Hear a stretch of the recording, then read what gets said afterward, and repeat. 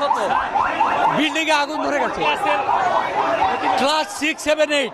আর madam Bangla মিডিয়ামের বাচ্চারা ছাত্ররা অনেকে অনেকে অনেকে মানে এটা বলা যাবে না, বিভৎস অবস্থা।